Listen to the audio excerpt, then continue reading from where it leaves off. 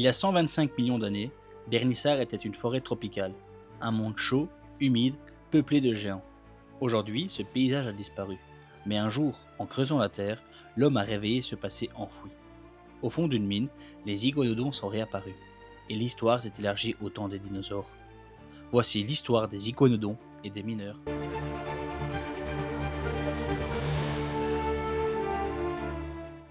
Je m'appelle Berthier.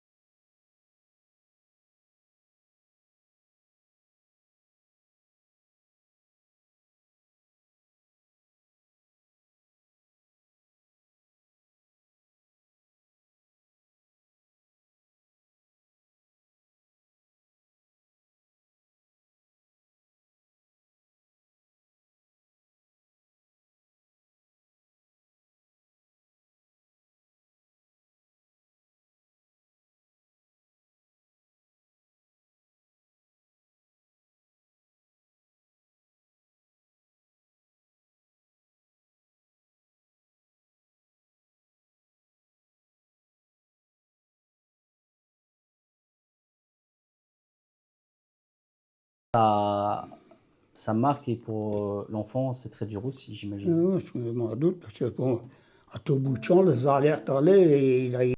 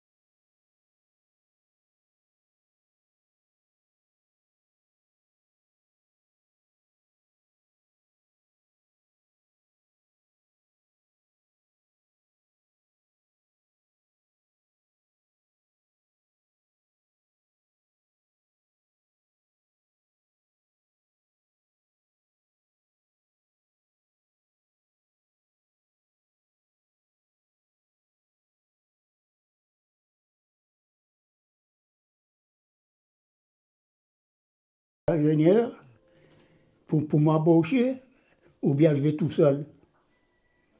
Non, c'est comme ça qu'il a dit. Allez, viens. Mais le jour que tu vas pleurer, c'est à moi que tu en auras à faire 2 fois, il dit.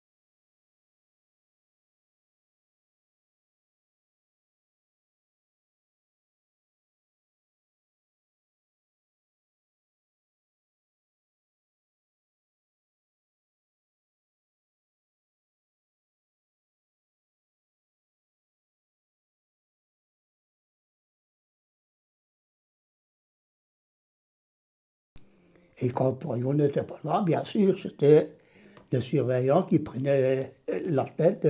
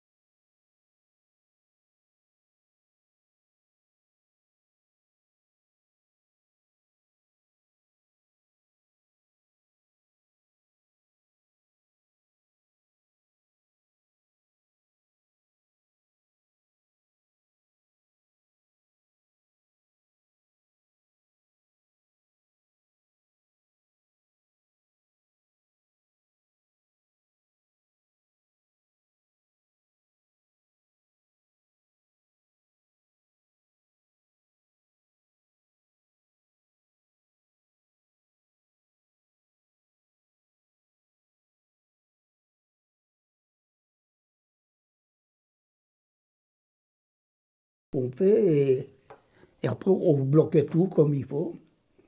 C'était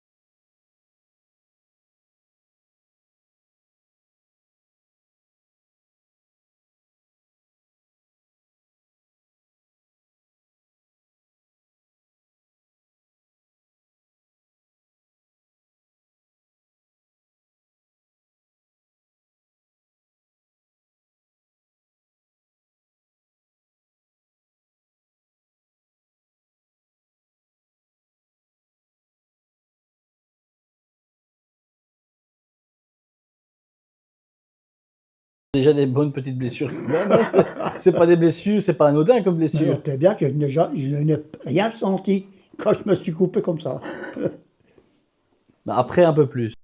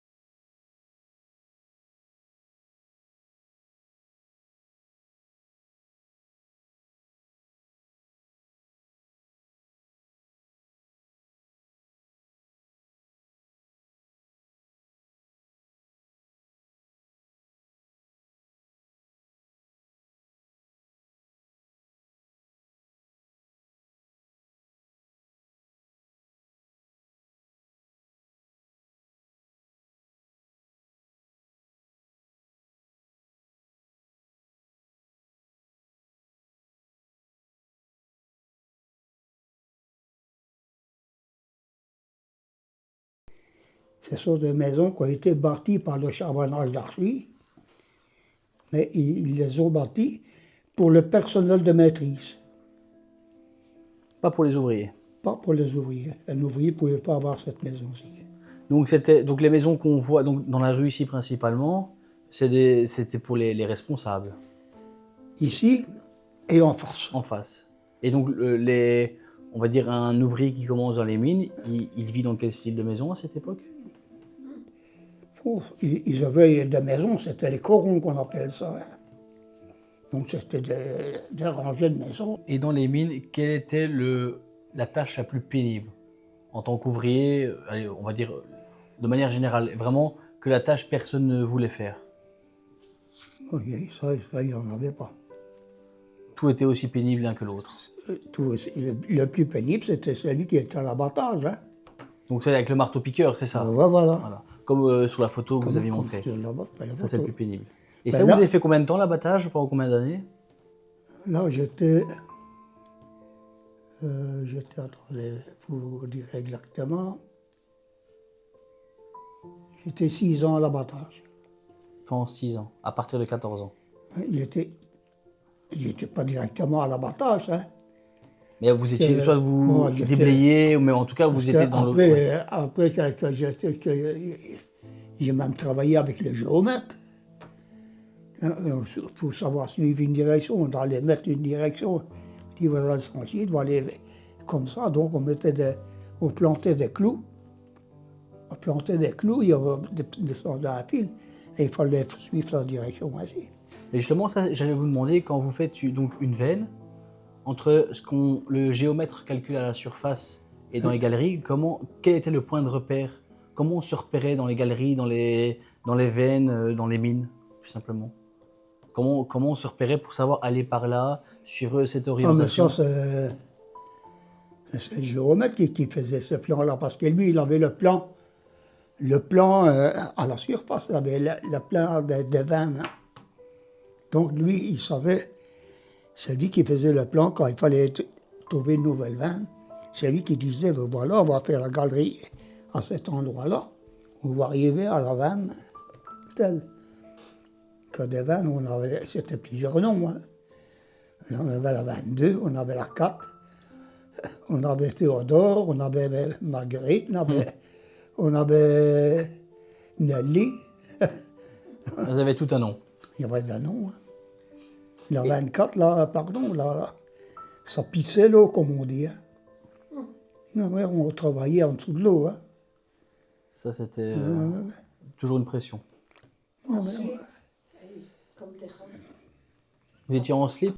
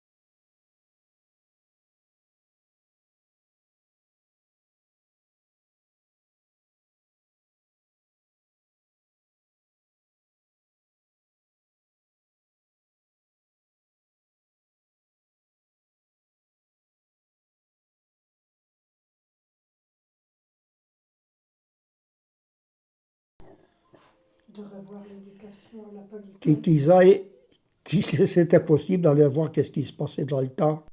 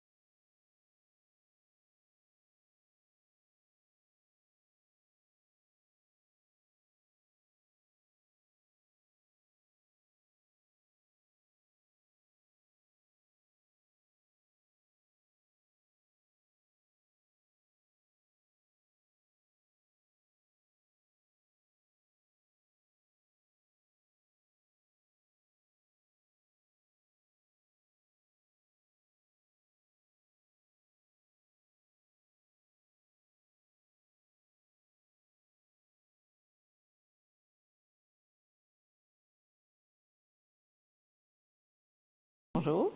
Qui va nous présenter la vie de Bernissart, ses mines et évidemment les iguanodons. Donc ici, on est dans la première pièce. Oui, donc vous êtes ici dans la première pièce. C'est une reconstitution du bureau de M. Fagès, qui était le directeur des mines d'époque, à l'époque de la découverte des iguanodons. Donc voilà, on a reconstitué tout ce qui est bureau. On a mis, voilà, vous voyez qu'il y a des meubles bien spécifiques pour les plans de souterrains de Bernissart. Et voilà, donc c'est ici en 1781, en 1878, voilà qu'on a découvert les iguanodons de Bernissart. Et grâce à quoi? Grâce au travail des mineurs, grâce à l'extraction et l'exploitation du charbon ici à Bernissart. Donc il y avait 5 puits de mine, 3 puits d'extraction, 2 puits d'aération. Et voilà, c'est dans le puits Sainte-Barbe, à 322 mètres de profondeur, que les mineurs ont pu trouver en premier les squelettes des iguanodons. Comment ils ont évolué pour arriver évidemment au gros site minier de l'âge d'or finalement des mines? L'histoire de l'exploitation du charbon, on peut compter vers l'an 1000 au fait. Là, il y avait, grâce à la période carbonifère, qui a quand même duré 60 millions d'années. Il faut savoir qu'ici, c'était de toute façon on a un terrain très marécageux, et au carbonifère, c'était vraiment des forêts avec de très très hauts arbres. C'était des forêts subtropicales. Il y avait des crocodiles, il y avait des tortues, voilà. Et c'est grâce à cette période-là et grâce au pourrissement au fur et à mesure de tous ces végétaux que le sous-sol de Bernissart était riche en charbon en fait. C'est une période qui a quand même duré 60 millions d'années, donc pendant 60 millions d'années, il y a eu le même processus de pourrissement, d'enfouissement dans le sol de tous ces végétaux qui a constitué ce charbon, une très belle réserve de charbon ici à Bernissart. Puis, grâce, on va dire aussi, au personnage du duc Emmanuel de Croÿ, qui lui a commencé avec la forêt de Bonsecours. Il était propriétaire de Blaton, de Bernissart, du bois de Bonsecours, et lui a exploité tout le charbon en forêt de Bonsecours grâce aux bourriquets qui étaient des petits puits qui creusaient des petits puits, on appelle ça des bourriquets. Et puis, on a construit les baritelles on a fait à ce moment-là appel à la force des animaux, les chevaux. Et puis, il y a eu aussi, c'était très important cette période-là, c'était avec les machines à feu. Donc, le duc de Croÿ, grâce à la fusion de plusieurs petites mines, on va dire, a rassemblé vraiment les fonds, est parti en Angleterre et a acheté en masse toutes ces machines à feu, au fait. Et grâce à ça, on a pu pomper l'eau qui était en sous-sol, et comme ça les mineurs ont pu aller plus en profondeur, aller rechercher les veines de charbon. Donc ici nous sommes dans la salle des plâtres. On a voulu dédier cette salle À savoir que quand on a découvert les iguanodons, on les a identifiés, c'était des os. Voilà, on a fait appel à M. Van Beneden qui lui a confirmé que c'était des os d'iguanodons. Et un télégramme a été envoyé à Bruxelles, à M. Depeau, voilà, pour cette découverte. Et le lendemain, il était là avec son équipe. M. Depeau, c'était le préparateur du musée d'histoire naturelle de Bruxelles. Et alors, il est descendu avec son équipe, il a bien confirmé que c'était des ossements d'iguanodons. Et ils ont commencé à déterrer. Hein. Il y avait une équipe avec M. Depeau de mineurs aussi, une petite équipe qui donnait un gros coup de main, au fait. Et là, quand ils ont commencé à déterrer les ossements, les squelettes, il faut dire qu'ils étaient entiers et articulés. Quand ils ont commencé à déterrer les ossements, mais déjà en traversant la galerie pour pouvoir remonter tout ça en surface, M. Depeau, il avait ça dans les mains et tout se craquait au fait. On entendait le bruit des craquements des ossements et c'était la pyrite qui n'était plus dans son milieu naturelle. La pyrite, elle se développe dans une terre bien fermée, à l'abri de l'oxygène. Et là, elle était en surface, à l'air libre. Et là, elle se plaisait pas du tout. Donc, elle a commencé à gonfler, à craquer. C'était ça, c'était le fait que la pyrite bougeait. Et ça faisait craquer les ossements. Donc, il a fallu trouver une technique pour pouvoir transporter ces ossements sans les abîmer jusque Bruxelles. Et M. Depeau a trouvé cette technique qui est toujours d'actualité. Les paléontologues font toujours le même travail, c'est-à-dire qu'on prend du papier, on mouille le papier, on recouvre la première partie de l'ossement, on vient couler du plâtre, on attend que ça sèche, après on dégage l'autre partie de l'os et on refait la même chose. Donc au fait, l'os se retrouve enfermé dans un bloc de plâtre. Les plus gros blocs sont entourés, on les maintient avec des barres de fer pour que ça ne casse pas. Et vous voyez qu'il y a lettres et chiffres. Avant, chaque partie, au fait, est dessinée. Le squelette est dessiné. Il est dessiné comme un architecte ferait. Et par exemple, celui-ci, c'est le squelette A. Donc la lettre A. Le numéro, ça correspond à un bloc du dessin. Et quand tous les blocs arrivent à Bruxelles, là, on peut regrouper les blocs A, B, C, D. Voilà que ça a été fait comme ça. Donc chaque squelette, chaque iguanodon est remonté avec ses propres os. Donc on n'a pas distribué l'assemblage. Voilà. Non, ils ont leur propre squelette, en fait. Donc voilà, c'est un travail qui a duré 3 ans. Et au bout de 3 ans, M. Depeau et son équipe ont demandé des subsides pour pouvoir continuer la fouille de ce puits. Ça a été refusé. Donc voilà, ils ont replié bagages et ils sont retournés à Bruxelles. Mais il faut savoir qu'il y a encore à peu près 200 iguanodons sous nos pieds. Voilà. Ce qui est énorme. Énorme. Le puits était fouillé en toute petite partie. Mais après étude du puits, c'est M. Jean-Marc Ball, qui est géologue et ingénieur des mines, qui a étudié ce puits à Lumons, qui a étudié ce puits. Et là, il s'est révélé, il y a eu des sondages qui ont été faits par la suite et des carottages au niveau de ce puits. Et là, dans certaines carottes, on était passé entre vraiment un empilement d'ossements. Et là, on s'est dit, waouh, il y en a encore à peu près 200, quoi. Il y a encore une richesse préhistorique sous nos pieds actuellement. Tout à fait. C'est dommage de laisser ça en dessous, mais en effet, j'imagine qu'il faut des moyens énormes, colossaux, pour y arriver. Oui. Et donc, dans les 3 ans d'extraction, combien de fossiles de dinosaures on peut y remonter? Alors, on a remonté 29 squelettes complets d'iguanodons. Complets. 2 incomplets, mais il n'y avait pas que ça. On a remonté aussi 2 tortues, 2 crocodiles, 2 phalanges de mégalosaures, qui étaient du dinosaure carnivore, 15 000 fossiles de poissons. Il y avait 15 espèces dans ces fossiles, dont 14 qui étaient vraiment inconnus. Donc ça a été vraiment une explosion, vraiment une découverte, mais unique au fait. Une explosion de choses à étudier, de plantes, de fossiles, à dater, à reconstruire, voilà, parce que la végétation, elle était comment? Ben, grâce à tout ça, on a pu reconstruire et, toute cette végétation et reconstruire, au fait, tous ces iguanodons. Et c'était la première fois qu'on pouvait voir le squelette d'un dinosaure complet. On ne savait pas ce que c'était avant. On avait eu des fragments d'os, de mâchoires, des dents, mais on ne savait pas comment se représenter un dinosaure, en fait.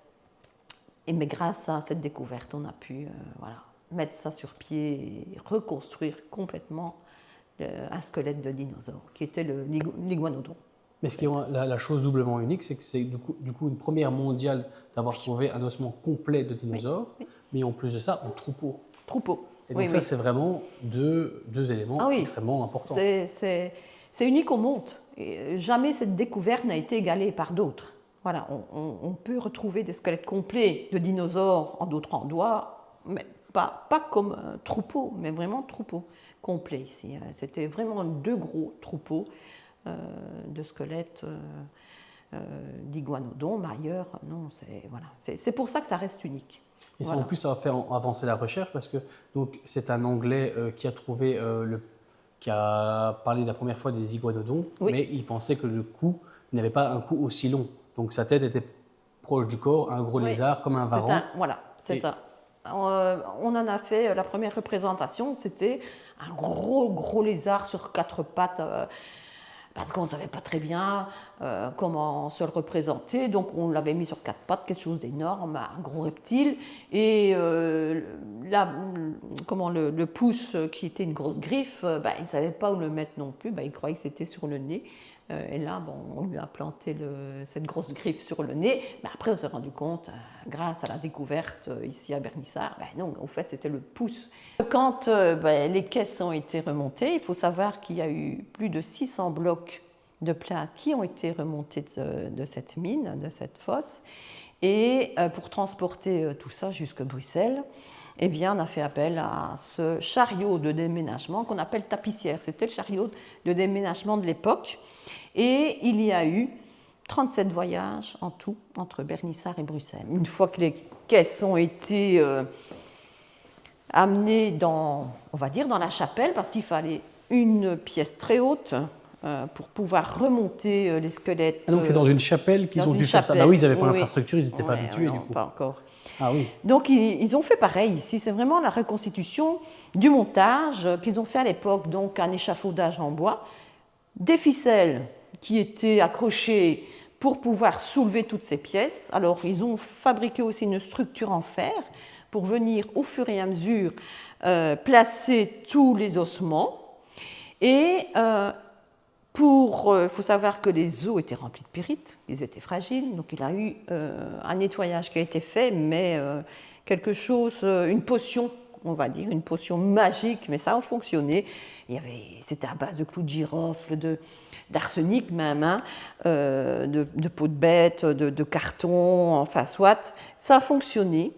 Et pour consolider ces os, on les a tous trempés dans de la colle shellac, colle bouillante, qui en refroidissant a bien consolidé tous les ossements. Et c'est cette colle shellac qui donne cette couleur brun foncé aux ossements des iguanodons de chez nous.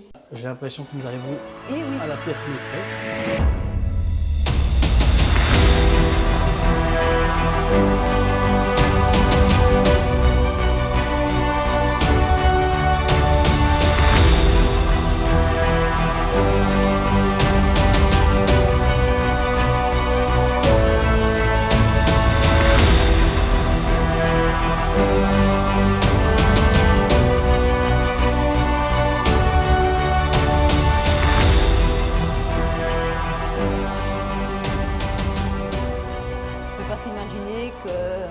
Il y a 125 millions d'années, ici vivaient des troupeaux complets de ces dinosaures, les iguanodons.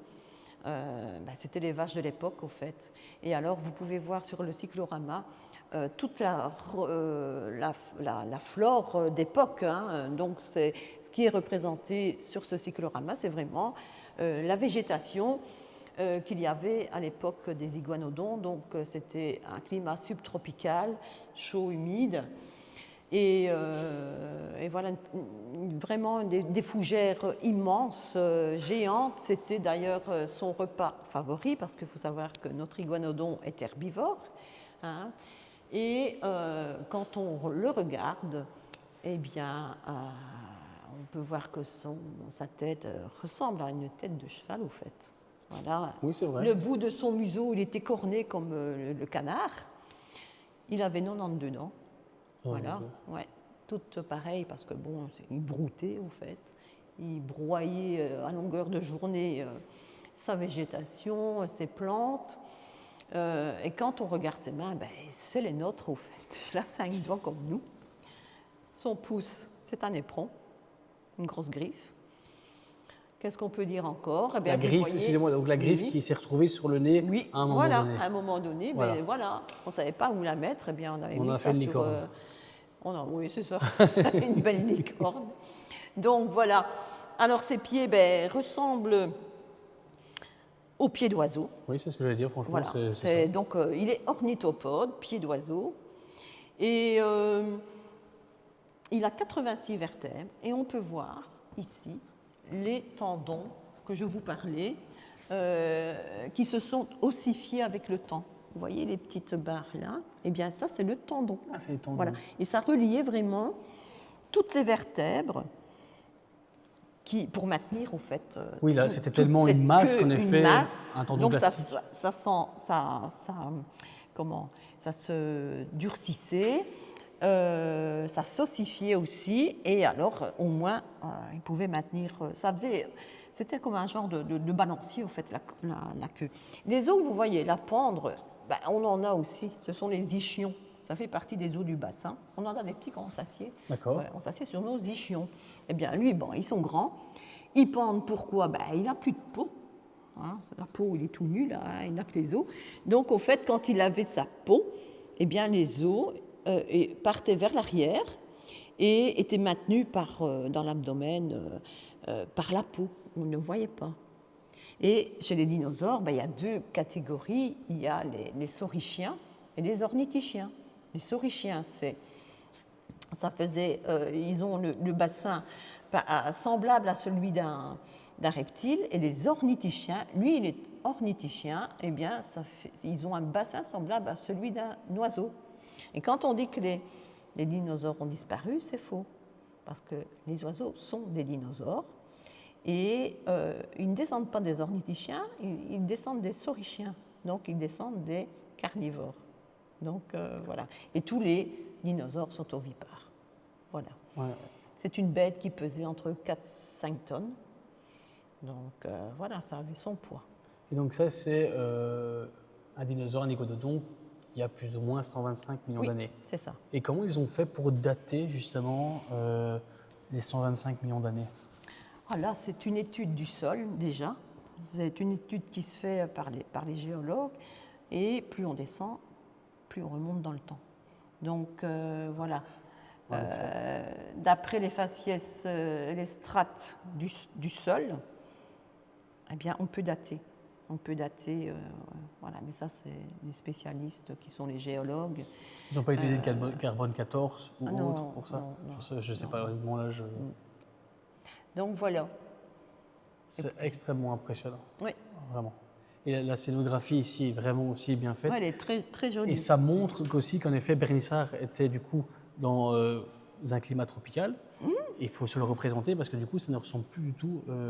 Donc évidemment, il y a eu des millions d'années d'évolution. Oui. Mais il faut quand même se dire en effet qu'avant, c'était un climat tropical. Oui, oui, voilà. Donc il faut se remettre en condition, s'imaginer qu'il y avait des troupeaux d'iguanodons aussi et bien d'autres espèces. Et c'est impressionnant.